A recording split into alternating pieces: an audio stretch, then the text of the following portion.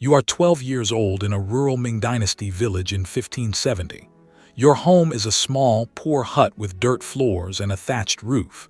Days pass with chores, fetching water, and the quiet rhythm of village life. Then one afternoon, a black lacquered carriage arrives from the capital, a sight your village has never seen. A government official steps out, clothed in embroidered silk, flanked by attendants. He doesn't ask your name. He inspects you, your teeth, skin, posture, and especially your feet. No one explains anything. He speaks privately with your father. A pouch of silver changes hands. You are not being married off. You are not being hired. You are being taken as state property for the imperial harem. You are taken immediately with nothing but the clothes you wear. Along with other girls your age, you are transported to Beijing. Guards ride beside the cart, silent, armed. You cannot tell if they protect you or confine you. After days on the road, you reach the forbidden city. Massive crimson walls swallow you as you are handed to eunuchs whose voices are high and mannered. They do not welcome you, they process you.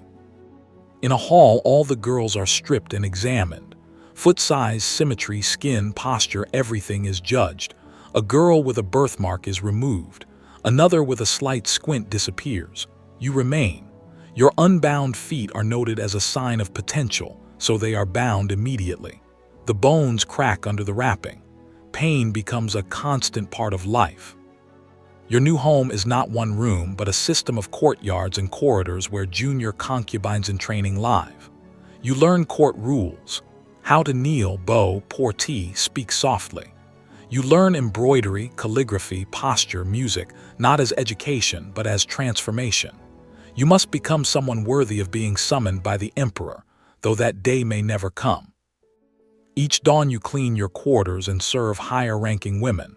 Some ignore you, some correct you harshly. The Forbidden City is not a sanctuary, it is a political machine.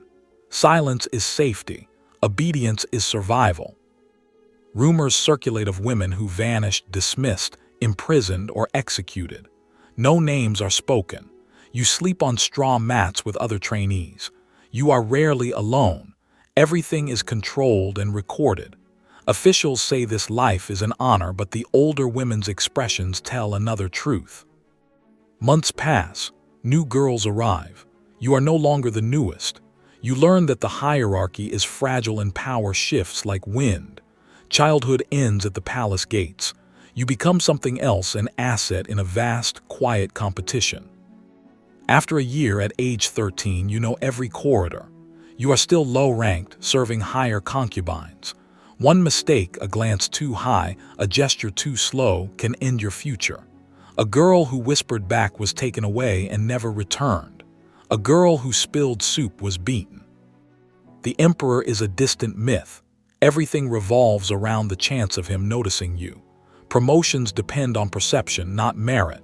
Eunuchs observe everything. They decide who rises or disappears. You learn to walk on bound feet without showing pain. You learn to speak in metaphors, hide intelligence, mask emotion. You become tolerated, not favored, not trusted, simply present. Many girls have already vanished from illness, rebellion, or irrelevance. You remain, surviving by silence and vigilance. You own nothing, not your time, voice, or future, yet you endure. By age 16, 3 years inside the Forbidden City have hardened you. You move carefully, speak little, and understand the politics hidden in every glance. The palace seems quieter, but beneath the surface, tension coils tightly. Then one evening you are summoned to attend the emperor. No explanation, no assurance of return. Servants prepare you in silence. Eunuchs carry you to the chambers. What happens inside will never be spoken of. You emerge the next morning. Everything changes. Weeks later, the physician confirms it. You are pregnant. The news spreads quickly. Pregnancy brings higher status, but also danger. Rivals watch you. Senior consorts whisper. Accusations circulate. The emperor's mother, the empress dowager, summons you for questioning. She studies you coldly, searching for weakness. A few nights later, suspicious food is left outside your door untouched. The woman who accused you is quietly reassigned. Nothing is explained, but the threat is clear. You give birth months later, a son. He is taken to be raised by palace nurses in the Palace of Eternal Spring. You are allowed brief visits. You are elevated to fifth-rank concubine, still low, yet no longer invisible. Your rise attracts jealousy. A consort offers a gift, a poisoned hairpin. A eunuch delivers another accusation claiming you cursed the emperor's health. Under palace law, this is a death sentence. The Empress Dowager summons you again. An executioner stands beside her. You kneel in the dust, bound, waiting for judgment. Then your maid appears with a stolen letter, proof that the accusation was fabricated by a rival seeking power for her own son. The Empress Dowager gives a single order. The accuser is removed forever. You survive, but the palace has shown you its teeth. Pregnancy was not the true danger visibility was. From now on you speak less, write nothing, trust no one. You begin to quietly protect your son. Your meals are tested. Your quarters searched. You sleep lightly. The Forbidden City rewards no one. It only consumes more slowly those who learn its rules. At 22, youth fades. New concubines arrive, 15, 16, perfect in posture and obedience. They replace the innocence you once had. The emperor rarely summons you now. His health declines. The palace grows tense. Rumors of famine, plague, and purge swirl like smoke. Your son, now a toddler, lives under rigid control in the inner children's quarters. He barely recognizes you. Nurses dictate everything. You are his mother only in title. His existence makes him both protected and at risk. Power is shifting. Too many concubines, too few resources. Whispers return of past purges when over 100 women vanished in a single season. One night it reaches you. A fourth-rank consort accuses you of witchcraft. Herbs are planted beneath your bedding. You are dragged barefoot into a courtyard before the Empress Dowager. A blade glints beside the executioner. She gives you a choice: confess or watch your son face the same fate. You do not confess. You kneel silent, waiting for death. Your maid appears again, carrying proof, another stolen letter revealing the plot. The Empress Dowager orders the accuser removed. You survive once more, but the pattern is clear. Every rising step invites another attempt to destroy you. You decide the only way to save your son is to remove him entirely from the palace. You arrange secretly for him to be smuggled to distant relatives in a rural province. It is illegal, punishable by death, but it is freedom.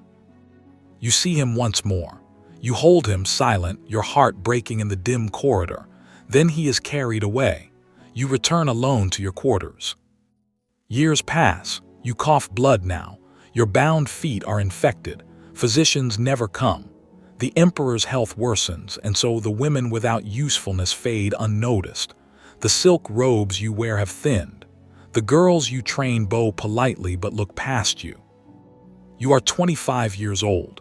Your name is barely remembered. Your body fails. No lamps are lit outside your door one night, a quiet signal that your time has ended.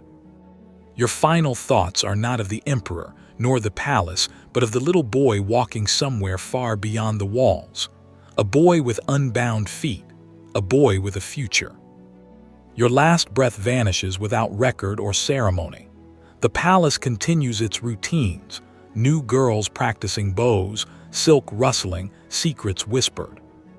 But somewhere outside those walls, your legacy lives. Not in titles or ranks, but in the survival of a child you saved from the world that consumed you. You were never decoration, never a jewel. You were a life inside a system designed to erase you, and in silence you resisted.